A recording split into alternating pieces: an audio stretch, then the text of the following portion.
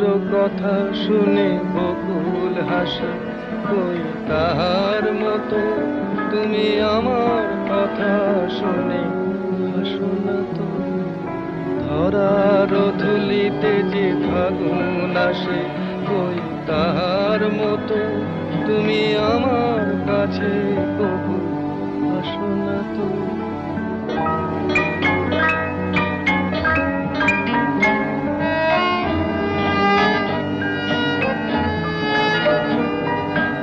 আকাশ পারে ওই অনেক দূরে, যেমন করে মেঘ যায় গয়ুড়ে।